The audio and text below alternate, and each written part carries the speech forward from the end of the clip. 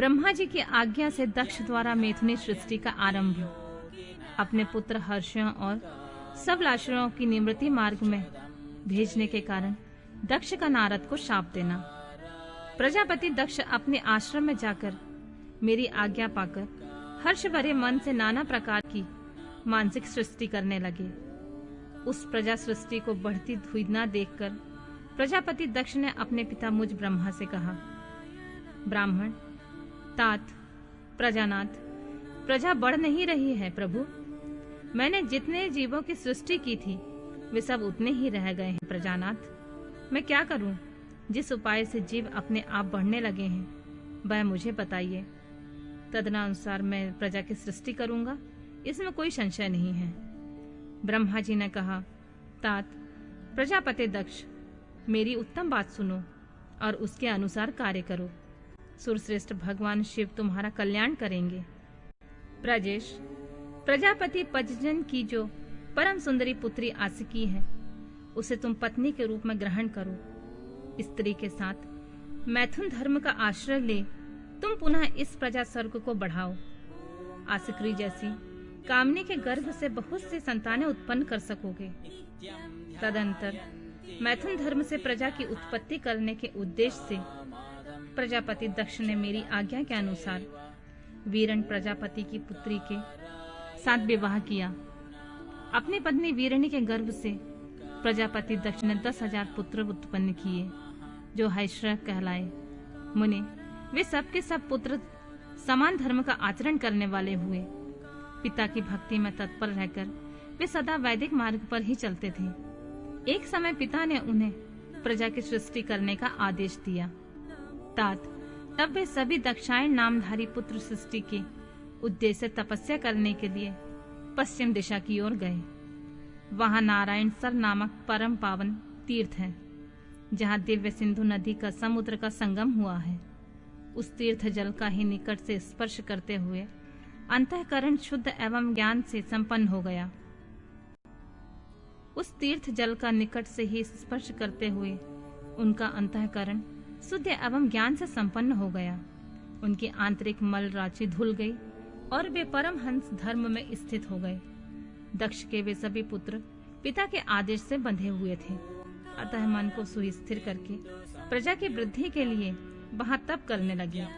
वे सभी सत्पुरुषों में श्रेष्ठ थे।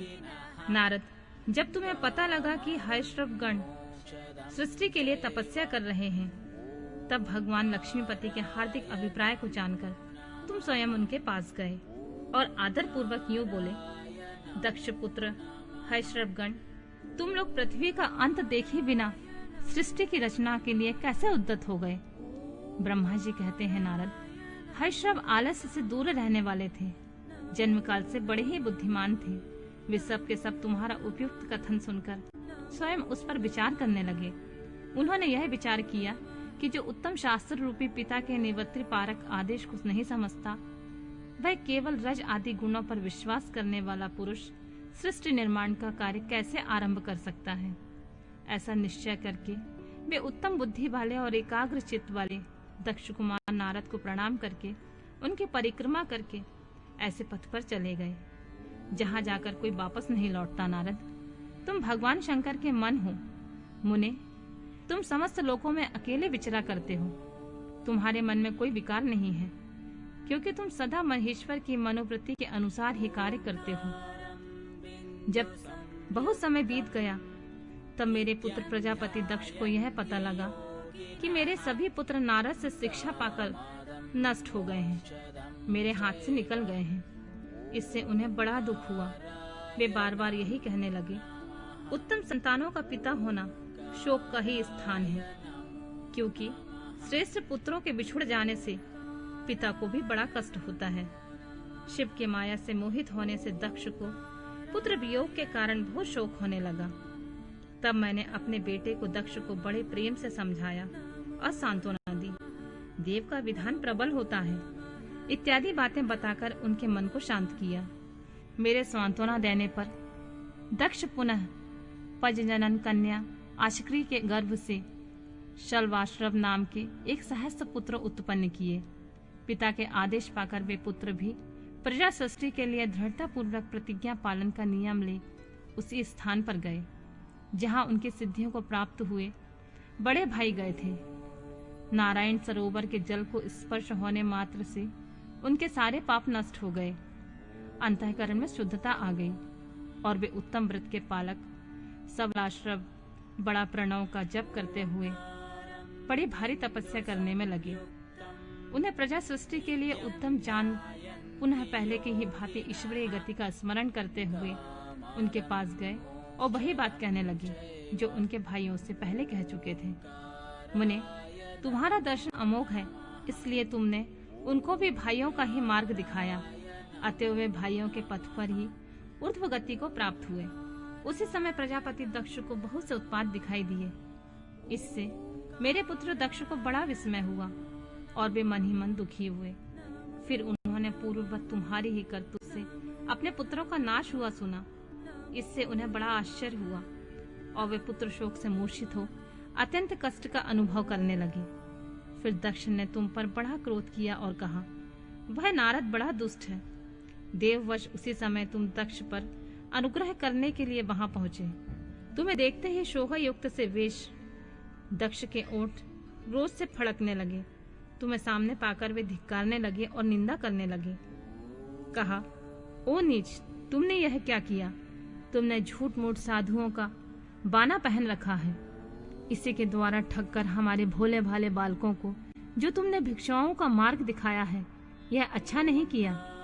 तुम निर्दय और शठ हो, इसलिए तुमने हमारे इन बालकों के जो अभी ऋषि ऋण, देव ऋण और पितृ ऋण से युक्त नहीं हो पाए थे, लोक और परलोक दोनों के श्रेय का नाश कर डाला।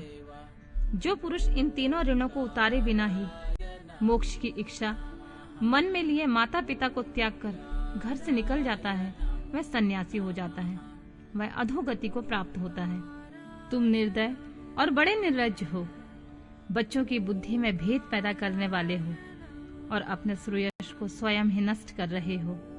मूढ़मते, तुम भगवान विष्णु के पार्षदों में व्यर्थ ही घूमते फिरते हो। अधमाअधम तुमने बारंबार मेरा अमंगल किया है, अतः आज से तुम तीनों लोकों में विचरते हुए तुम्हारा पैर कहीं भी स्थिर नहीं रहेगा, अथवा कहीं भी तुम्हें ठहरने के लिए सुस्थिर ठोर ठिकाना नहीं मिलेगा। नारद, यद्यपि तुम साधु पुरुषों द्वारा सम्मानित हो, तथापि उस समय दक्ष ने शोकावश तुम्हें ऐसा शाप दिया, वे ईश्वर की इच्छा को नहीं समझ सके। शिव की माया ने उन्हें अत्यंत मोहित कर दिया था। मुने, तुमने इस शाप को चुपचाप ग्रहण कर लिया और अपने चित्त में विकार न आने दिया। यही ब्रह्म भाव है।